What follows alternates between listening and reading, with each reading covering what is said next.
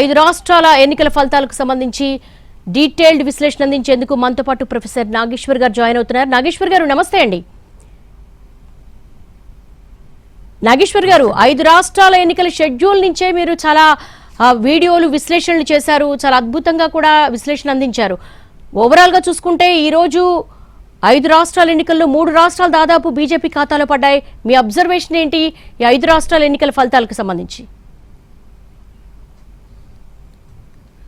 అంటే మొదటిది హిందుత్వ పాలిటిక్స్కు కాలం చెల్లింది అని పార్లమెంట్ ఎన్నికల తర్వాత బీజేపీ బలం 240కి పడిపోయాక రకరకాల వార్తలు వచ్చాయి. మోడీ మ్యాజిక్ అయిపోయింది, బీజేపీ ఇక లేవదు అని.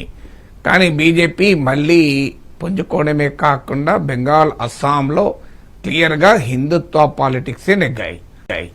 అంటే స్పష్టంగా హిందూ కన్సాలిడేషన్ అనేది బీజేపీకి ఉపయోగపడింది. రెండవది, బీజేపీ ఎమర్జెన్స్ వరకు ఒక ఎత్తు, బీజేపీ ఎమర్జెన్స్ తర్వాత ఇంకో ఎత్తు. సెక్యులర్ పార్టీస్గా చెప్పుకునే రాజకీయ పార్టీలు తమ రాజకీయ అవసరాల కొరకు ముస్లిం ఓట్ బ్యాంక్ పాలిటిక్స్ నడిపాయి, ముస్లిం అపీజ్మెంట్ పాలిటిక్స్. సో దాన్ని మనం బెంగాల్లో చూసాం, మీకు అస్సాంలో చూసాం. బెంగాల్లో తృణమూల్ కాంగ్రెస్, అస్సాంలో కాంగ్రెస్ చాలా ఘోరంగా దెబ్బతిన్నాయి. అంటే ఇంకెంతకాలము సెక్యులరిజం పేరిట మైనారిటీ అపీజ్మెంట్ పాలిటిక్స్ నడవవు అనేది తేలిపోయింది. రెండవది. మూడవది, ఇప్పటి వరకు భారతదేశంలో రాజకీయాలను చూస్తే బీజేపీని కాంగ్రెస్ ఎదుర్కోలేదు, కానీ రీజనల్ లీడర్స్, రీజనల్ సత్రప్స్ అంటారు, వీళ్ళు మోడీ రథచక్రాలకు అడ్డు తగలగలరు విజయవంతంగా అనుకున్నారు. సో ఆ మిత్ కూడా పోయింది. బీజేపీ ముందు అధిక జాతీయ పార్టీ అయిన కాంగ్రెసే కాదు, ఈవెన్ రీజనల్ పార్టీస్ కూడా నిలబడలేవు అనేది చాలా క్లియర్గా తృణమూల్ కాంగ్రెస్ ఓటమి ఇందుకు ఉదాహరణ. నాలుగవది ఏంటంటే, చరిత్రలో చాలా అరుదుగా అవకాశాలు వస్తాయి. అవకాశాలను అందిపుచ్చుకోవడంలో మీకు పార్కిన్సన్ పాలిటిక్స్ అంటాం, పార్కిన్సన్ డిసీజ్ అని ఉంటుంది. సో రాజకీయాల్లో పార్కిన్సన్ డిసీజ్ పనికిరాదు. సో రాజకీయాల్లో చాలా వేగంగా, అలర్ట్గా, ప్రాంప్ట్గా ఉండాలి. తమిళనాడు ఒక ఎగ్జాంపుల్. కాంగ్రెస్కి ఒక అద్భుతమైన అవకాశం వచ్చింది, విజయ్తో కలిస్తే ఇవాళ 2/3 మెజారిటీ వచ్చేది, సౌత్ ఇండియా క్లీన్ స్వీప్ అయ్యేవారు. కానీ పోగొట్టుకున్నారు, ఎందుకంటే రాష్ట్ర కాంగ్రెస్ అడిగింది, జాతీయ కాంగ్రెస్ ఒప్పుకోలేదు. సో దెబ్బతిన్నారు. ఈవెన్ లెఫ్ట్ పార్టీస్ కూడా ఆపర్చునిటీ ఉండే, డిఎంకేను వదులుకుంటే మీకు విజయ్తో కలిసి ఉంటే ఇలా 2 రకాల లాభం. కాంగ్రెస్ లెఫ్ట్ బలపడేది, విజయ్ని మీకు ఎన్డీఏ నుంచి దూరం పెట్టగలిగేవారు. సో ఆ ఆపర్చునిటీని కూడా కోల్పోయారు. ఇది నాలుగవది. ఐదవది ఏంటంటే, రిప్రెషన్తో ప్రతిపక్షాలను లేకుండా చేస్తామనే విర్రవీగే రాజకీయాలు నడవవు. మీకు అపోజిషన్ పార్టీని లేకుండా చేయొచ్చు, అపోజిషన్ స్పేస్ను లేకుండా చేయలేము. తెలంగాణలో కేసీఆర్ కాంగ్రెస్ను, టీడీపీని, సిపిఐని లేకుండా చేస్తే తమ తిరుగుండదు అనుకున్నాడు. కానీ బీజేపీ రూపంలో బలమైన ప్రత్యామ్నాయం వచ్చి ఆ తర్వాత అది కాంగ్రెస్కి అడ్వాంటేజ్గా మారి కేసీఆర్ ఓటమికి కారణమైంది. మమతా బెనర్జీ కూడా అలాగే భయంకరమైన రిప్రెషను, ఎవరిని అపోజిషన్ స్పేస్ లేకుండా, లెఫ్ట్ లేకుండా, కాంగ్రెస్ లేకుండా చేసింది. బీజేపీ రూపంలో బలమైన అపోజిషన్ వచ్చింది. అందువల్ల తనకు అధికారం ఉన్నది కదా అని విర్రవీగితే ఏం జరుగుతుందో ఇదొక ఉదాహరణ. ఆరవది, రీజనలిజం. మీకు భారతదేశంలో భాషాపరమైన లేదు ప్రాంతపరమైన వాదాలు చాలా బలమైనవి. India is a country of diversity. నిజమే, మన వైవిధ్యభరితమైన మన దేశ వారసత్వ సంపద మనకు తెలుసు. కానీ దాన్ని టూ ఎక్స్ట్రీమ్కు లాగితే ప్రజలు అంగీకరించరు అని. అందువల్ల భారతదేశంలో రీజనల్ ఐడెంటిటీ ఉంటుంది, నేషనలిస్ట్ ఐడెంటిటీ ఉంటాయి. ఈ రెండింటినీ బ్యాలెన్స్ చేయకపోతే దెబ్బతింటారండి. ఇప్పుడు బెంగాల్లో మీకు మమతా బెనర్జీ బెంగాలీ ఐడెంటిటీతో గెలవాలనుకున్నది, కానీ సాధ్యం కాలే. మీకు బీజేపీ బెంగాలీ నేషనలిజం, బెంగాలీ ఐడెంటిటీని నేషనలిస్ట్ ఐడెంటిటీని కలిపే ప్రయత్నం చేసింది, సక్సెస్ అయింది.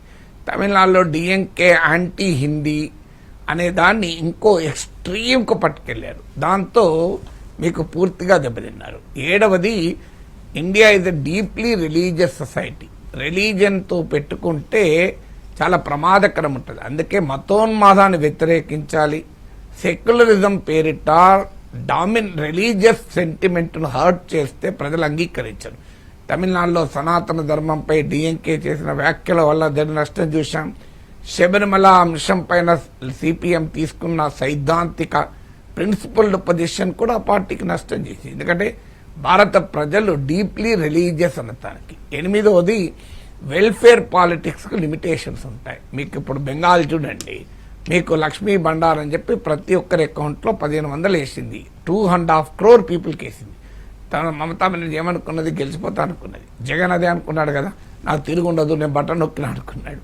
కానీ ఏమైంది, బీజేపీ వచ్చి డబ్బులు ఇస్తా అన్నది, 1500 కాదు 3000 ఇస్తా అన్నది. దాంతో ప్రజలు వెల్ఫేరిజాన్ని ఎక్కువ ఎవరిస్తే వాళ్ళ వైపు వెళ్ళారు. అందువల్ల ప్రాక్టికల్గా అది సాధ్యం కాదు అనటానికి ఇది. 9వది భారతదేశంలో ఎస్టాబ్లిష్డ్ పార్టీస్ పైన ప్రజలకు ఏదో విశ్వాసం ఉండి ఓట్లేస్తలేరు. వాళ్ళకి ఆల్టర్నేటివ్ లేక ఓట్లేస్తున్నారు. దిక్కులేని పరిస్థితుల్లో ఓట్లేస్తున్నారు. మీకు నేపాల్లో చూసి మనం అనుకున్న జెన్జీ విప్లవం ఇండియాలో కలవది. అక్కడ నేపాల్లో నేపాలీ కాంగ్రెస్ను నేపాలీ కమ్యూనిస్టులు ప్రజలు తిరస్కరించారు. ఇక్కడ అలా లేదు అనుకున్నారు. కానీ ఇక్కడ కూడా ప్రజలకు అవకాశం ఇస్తే, ప్రజల ముందు ఒక ప్రత్యామ్నాయం వస్తే ప్రజలు ఏ రకంగా తీర్పు చెప్తారనడానికి విజయ్ సునామీ ఒక క్లాసిక్ ఎగ్జాంపుల్. విజయ్ సునామీ అని. 10వది ఇండియా కూటమి అనేది వర్సెస్ ఎన్డీఏ. ఈ 2 కూటముల్లో క్లియర్గా మనకు కనబడుతోంది ఎన్డీఏ ఇప్పటికీ కూడా బలమైన కూటమి. ఇండియా కూటమిలో ఉన్న సెల్ఫ్ కాంట్రడిక్షన్, అంటే రాష్ట్రాలలో పోటీ పడి దేశములో కలవడం, ఇది అనివార్యం యాక్చువల్గా ఇండియా కూటమికి. కానీ దాన్ని ప్రజలను కన్విన్స్ చేయడంలో ఫెయిల్ అయితే పరిణామాలు ప్రశ్నార్థకంగా ఉంటాయని దానికి ఉదాహరణ. ఇవి ప్రధానంగా 10 ట్రెండ్స్ ఇప్పటి వరకు ఉన్నటువంటి ఫలితాల ఆధారంగా చూస్తే. ఓకే, నాగేశ్వర్ గారు, టీవీకే సింగిల్ లార్జెస్ట్ పార్టీగా అవతరించింది. నిజానికి విజయ్ కూడా ఊహించి ఉండకపోవచ్చు ఈ స్థాయి విజయం దిశగా తను వెళ్తారు అని. ఒక పక్క చాలా గట్టి క్యాడర్ ఉంది, ఇటు డిఎంకే కావచ్చు, అన్నా డిఎంకే కావచ్చు. ఈ 2 పార్టీల ముందు కూడా ఎందుకు విజయం ముందు నిలవలేకపోయాయి 2 పార్టీలు? అంటే విజయ్ పార్టీ పెట్టినప్పటి నుంచి ఒక చర్చ ఏం జరిగిందంటే, ఆయన డిఎంకే ఓట్ని ఎక్కువ తీసుకుంటాడా, ఏడిఎంకే ఓట్ను ఎక్కువ తీసుకుంటాడా అనేది చర్చ నడిచింది. చాలా అప్పుడున్న విశ్లేషణలు కూడా కరెక్టే. డిఎంకే నుంచి దళిత్, ముస్లిం, యంగ్ ఓటర్ వీళ్ళందరినీ లాక్కుంటాడు. ఏడిఎంకే నుంచి యాంటీ ఇన్కంబెన్సీ ఓటు కూడా లాక్కుంటాడు అన్నది అది ప్రూవ్ అయింది. అయితే ఏ స్థాయిలో లాక్కుంటాడు అన్న దగ్గర ఫెయిల్ అయింది. సో ఏ స్థాయిలో లాక్కుంటాడు అనుకున్నప్పుడు ఒపీనియన్ పోల్స్ చాలా తక్కువగా అంచనా వేశాయి విజయ్ని. అంటే ప్రజలు చాలా సైలెంట్గా ఓటు వేశారు. ఎందుకంటే 2 బలమైన పార్టీలు సమాజంలో ఉన్నప్పుడు ఆ 2 పార్టీలకు భిన్నంగా ఇంకోరికి ఓటేస్తాను అని ప్రజలు అంత తొందరగా బయటపడరు. సో మీకు ఎన్టీ రామారావు టైంలో మనం చూసాం ఈ silent wave. So silent wave అనేది మీకు ఇక్కడ తమిళనాడులో కనబడ్డది. ఇవాళ మీరు పర్సంటేజ్ ఇప్పటి వరకు కౌంట్ అయిన ఓట్లలో నేను చెప్పేది ఫైనల్ ఫిగర్స్ మారుతాయి.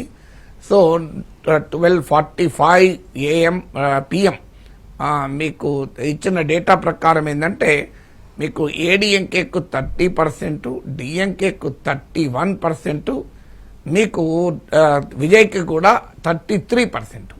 అంటే ఈ ఓటింగ్ క్లియర్గా 3 ముక్కలు అటైంది తమిళనాడు అని క్లియర్గా అర్థమవుతుంది. అంటే డిఎంకే నుంచి కొంత ఓటు లాక్కున్నారు, ఏడిఎంకే నుంచి కొంత ఓటు లాక్కున్నారు. వాస్తవంగా డిఎంకే నుంచి కాస్త ఎక్కువ ఓటే లాక్కున్నారు. డిఎంకే 2 పార్టీల నుంచి కూడా ఎవరు ఎక్కువ అని కూడా చెప్పలేం మనం ఇందులో. సో అందువల్ల ఈ 2 ఓట్లు లాక్కున్నారు. అంటే ఇదే డిస్రప్టివ్ ఇన్నోవేషన్ టెక్నాలజీ అంటారు. టెక్నాలజీస్లో ఈ వర్డ్ ఉంది, డిస్రప్టివ్ టెక్నాలజీ అని. డిస్రప్టివ్ అంటే జనరల్గా నెగిటివ్ ఫీలింగ్ ఉంటుంది, విచ్ఛిన్నమని. కానీ ఫర్ ఎ పాజిటివ్ డిస్ట్రక్షన్ కూడా ఉంటుంది. సో డిస్రప్టివ్ టెక్నాలజీ లాగా పాలిటిక్స్లో డిస్రప్టివ్ పాలిటిక్స్ కూడా ఉంటాయి. అంటే ఎస్టాబ్లిష్డ్ కన్వెన్షన్స్, ఎస్టాబ్లిష్డ్ ఆలోచనలు, ఎస్టాబ్లిష్డ్ ట్రెండ్స్ అన్నిటినీ తోసిపుచ్చేసి కొత్త ప్రపంచాన్ని సృష్టిస్తాయి. ఇప్పుడు మీకు internet is an example of disruptive technology, television is an example of disruptive technology. మీకు అలా disruptive artificial intelligence generative AI is a disruptive technology. So అట్లా అప్పుడున్న ఈ డిస్రప్టివ్ టెక్నాలజీ లాగా డిస్రప్టివ్ పాలిటిక్స్ క్లియర్గా తమిళలో కనబడుతున్నాయి. అంటే అందుకే మీరు అన్ని విశ్లేషణలు పక్కకు పోయి ఫైనల్గా విజయ్ సూపర్ స్టార్గా ఎమర్జ్ అవుతున్నాడంటే పాలిటిక్స్ను అర్థం చేసుకోవడంలో చాలా క్రియేటివ్గా ఉండాలి అనటానికి ఇది ఒక ఉదాహరణ. స్టాటిక్ థింకింగ్ అనేది పాలిటిక్స్లో పనిచేయదు, చాలా డైనమిక్గా విషయాలను అర్థం చేసుకోగలగాలి.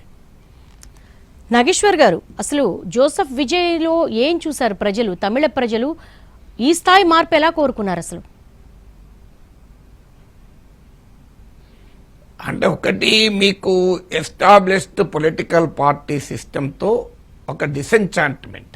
సాధారణంగా మీకు ఇప్పుడు యంగర్ జనరేషన్ అపొలిటికల్గా ఉంటారు, డీపొలిటిసైజ్ అయి ఉంటారు, ఏ రాజకీయాలంతా ఇంతే అని. ఎందుకంటే ఎస్టాబ్లిష్డ్ పొలిటికల్ పార్టీస్లో ఉండేది ఇంక్రిమెంటలిజం అంటారు పబ్లిక్ అడ్మినిస్ట్రేషన్లో.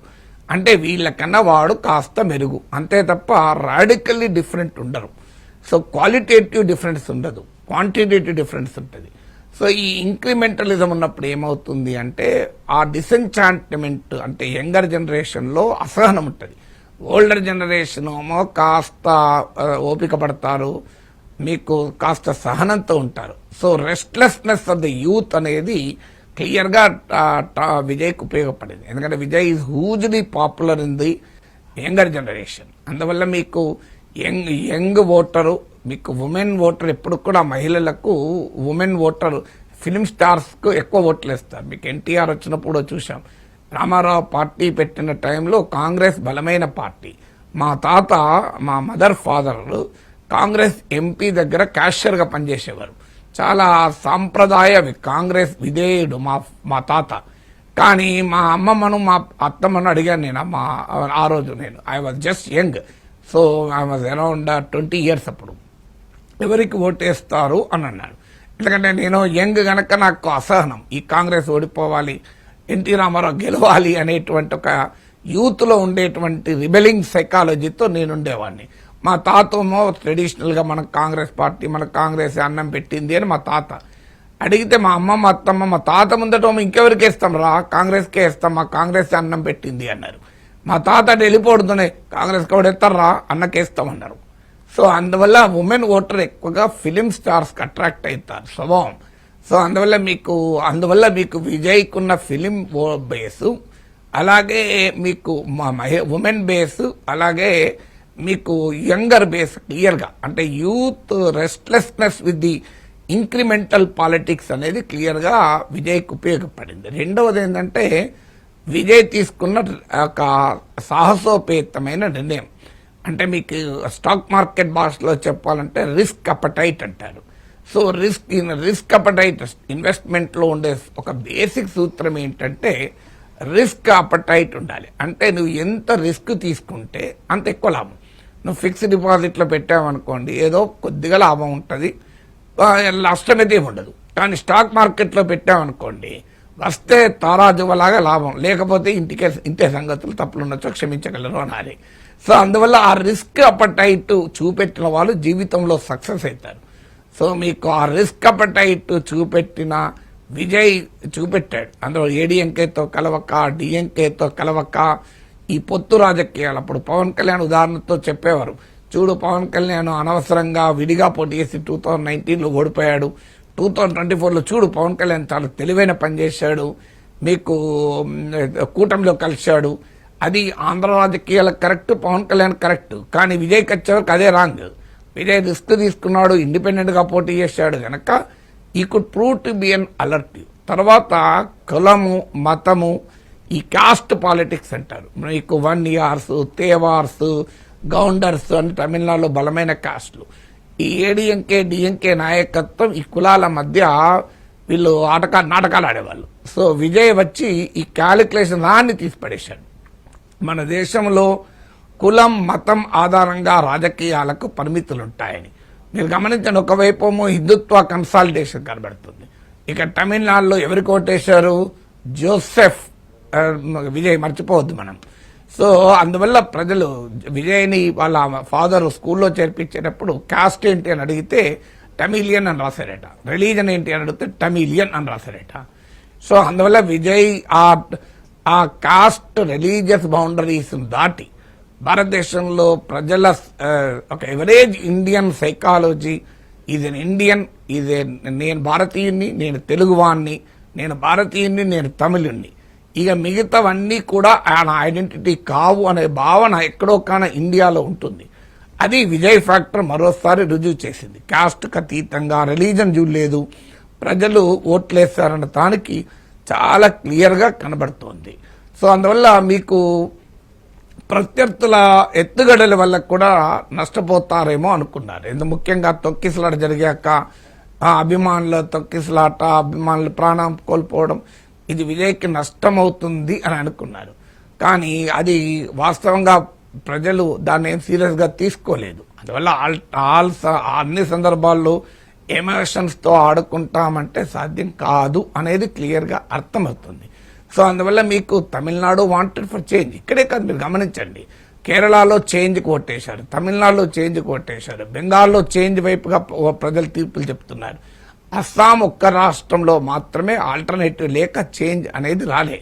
అంటే ప్రజలు చేంజ్తో ఎట్లా ఓట్లేస్తారంటే, నాకు బెంగాల్లో మా డాటర్స్ క్లాస్మేట్ ఉంది, అమ్మాయి 10th క్లాస్ వరకు, ఆమె very very progressive, anti BJP, అసలు చాలా ప్రోగ్రెసివ్.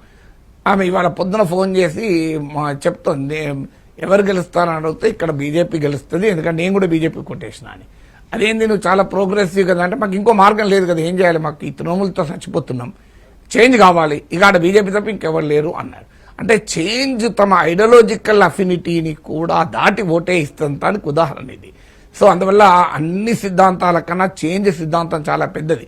నేను తెలంగాణ ఎలక్షన్స్ అప్పుడు ఓ వీడియోలో చెప్పాను, కాంగ్రెస్ పార్టీ మార్పు అనే నినాదం కనుక పట్టుకుంటే చేంజ్ అయితే గెలుస్తుంది అని. నిజంగానే చూడండి, మార్పు అనే నినాదం కాంగ్రెస్ పట్టుకుంది, మీకు చేంజ్ అనేది కాంగ్రెస్ అధికారంలోకి తెచ్చింది. సో ప్రజలు చేంజ్ కోరుకుంటారు అనేది క్లియర్, ప్రత్యామ్నాయం ఉన్నప్పుడు. లేకపోతే ఏం చేస్తారు, ఉన్నదంతా అడ్జస్ట్ అవుతారు. నాగేశ్వర్ గారు, అలాగే మేజర్ ఎగ్జిట్ పోల్స్ అన్ని కూడా తమిళనాడులో డిఎంకేనే అధికారంలోకి వస్తుందని చెప్పారు, కానీ ఫలితాల్లో చూసేసరికి 3వ స్థానానికి పడిపోయింది డిఎంకే. అసలు ఇదే ఏంటంటారు, దీనికి కారణాలు ఏంటంటారు? అసలు ఒకటి, ఎగ్జిట్ పోల్స్ అనేదికి ఇంటగ్రిటీ లేదు, వీళ్ళ వెనకాల చాలా స్పాన్సర్స్ ఉంటారు. ఇదేమీ ఇప్పుడు ఒకప్పట్లాగా మీకు సోషల్ సైన్స్ కాదు, ఇది మోర్ పొలిటికల్ సైన్స్ ఇది. సో డిఫరెన్స్ ఏంటంటే పాలిటిక్స్ సైన్స్, పొలిటికల్ సైన్స్ కూడా కాదు. సో అందువల్ల నిజంగా ఇంటగ్రిటీతో ఎగ్జిట్ పోల్స్లు జరపడం లేదు, ఒపీనియన్ పోల్ జరపడం లేదని క్లియర్గా అర్థమవుతుంది.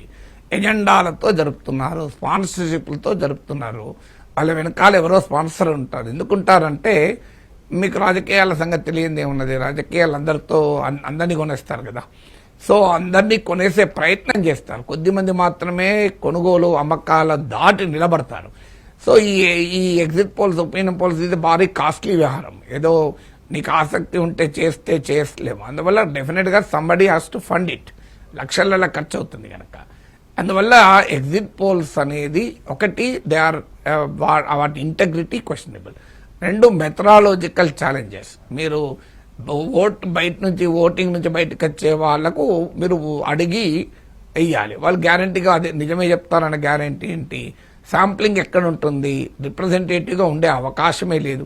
ఎందుకంటే మీకు పోలింగ్ బూత్ ముందర నుంచి ఎవరు బయటకు వస్తే వాళ్ళని అడిగినప్పుడు శాంపుల్ ఎక్కడిది అంటే caste, movement, gender, economic class, ఇవన్నీ కూడా ఉండాలి. అందువల్ల that is the methodological problem. Third aspect ఏంటంటే ప్రజలు కూడా ఇంటెలిజెంట్ అయ్యారు. ఒకప్పట్లాగా they are not revealing their mind. అది బెంగాల్లో ఫియర్ వల్ల కావచ్చు, తమిళనాడులో కొత్తదనం వల్ల కావచ్చు, మేబీ. ఇప్పుడు మీకు డిఎంకే బలంగా ఉన్నప్పుడు నేను ఈ 2 పార్టీలకు కాను విజయ్కేస్తాను, రజేంద్రను అంత విచిత్రంగా కనబడుతున్నా ఉంటారు కదా. సో అందువల్ల ప్రజలు always they may not reveal the mind కూడా కదా. సో అందువల్ల మీకు ఇంకొకటి ఏంటంటే మీకు స్టాటిస్టికల్ ఇల్యూజన్స్ కూడా ఉంటాయి, ఎంపరికల్ ఇల్యూజన్ అంటారు. ఎంపరికల్ ఇల్యూజన్ అంటే 10 మంది ఒక మాట చెప్పే వరకు మనం వెంటనే అదే జరుగుతుంది అని అనుకుంటాం. అది that is the limitation. Research మెథడాలజీలో ఎంపరిసిజం అంటారు. Empiricism has its own limitation. మీకు ఎంపరిసిజం అవసరం, ఎందుకంటే ఏదైనా మనం ఫ్యాక్ట్స్ తో స్టాటిస్టిక్స్ తో చూడాలి, కానీ statistics will not tell the complete truth.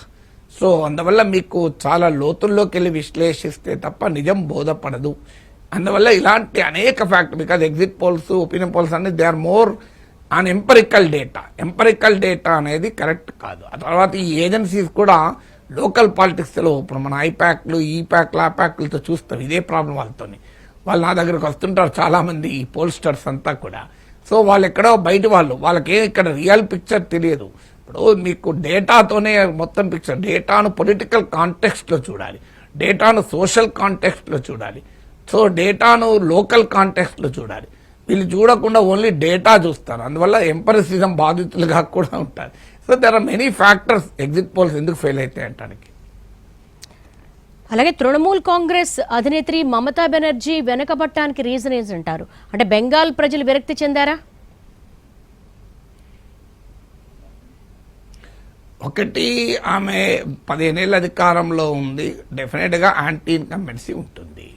So anti ఇన్కంబెన్సీని champion చేయగలిగే వాళ్ళు ఉన్నప్పుడు యాంటీ ఇన్కంబెన్సీ రిజల్ట్ ఇస్తుంది, లేకపోతే రిజల్ట్ ఇవ్వదు. సో యాంటీ ఇన్కంబెన్సీని బీజేపీ ఛాంపియన్ చేయగలిగింది. రెండు, ఎక్స్ట్రీమ్ ఫియర్ ఫ్యాక్టర్ని క్రియేట్ చేసింది, అంటే ఎవరిని బతకనివ్వకుండా చేసింది ఒక రకంగా. మీకు ఎగ్జాంపుల్ ఏంటంటే 2011లో ఆమె పవర్లోకి వస్తే 2013 లోకల్ బాడీస్ ఎలక్షన్స్లో 34%, 39% యునానిమస్గా గెలిచాడు. ఎట్లా గెలుస్తారు అంతమంది యునానిమస్గా? ఎవరిని పోటీ చేయకపోతే యునానిమస్ గెలుస్తారు. మీకు కమ్యూనిస్ట్ పార్టీలు, లెఫ్ట్ పార్టీల కార్యాలయాల్ని కూడా తృణమూల్ కాంగ్రెస్ ఆక్రమించేశారు. వాళ్ళు వెళ్ళి తాళాలు పలగొట్టి వీళ్ళని బయటికి వెళ్ళగొట్టి ఆ ఆఫీసులను తమ ఆఫీసులుగా మార్చుకున్నారు. చూడండి, మీకు దాంతో లెఫ్ట్ ఓటు మొత్తం బీజేపీకి షిఫ్ట్ అయింది. మీరు జాగ్రత్తగా చూడండి, 2011లో లెఫ్ట్ ఓడిపోయినా కూడా 39% ఓటింగ్ వచ్చింది. ఇవాళ ఏంటి పరిస్థితి? ఎక్కడ పోయింది ఆ ఓటింగ్ అంతా?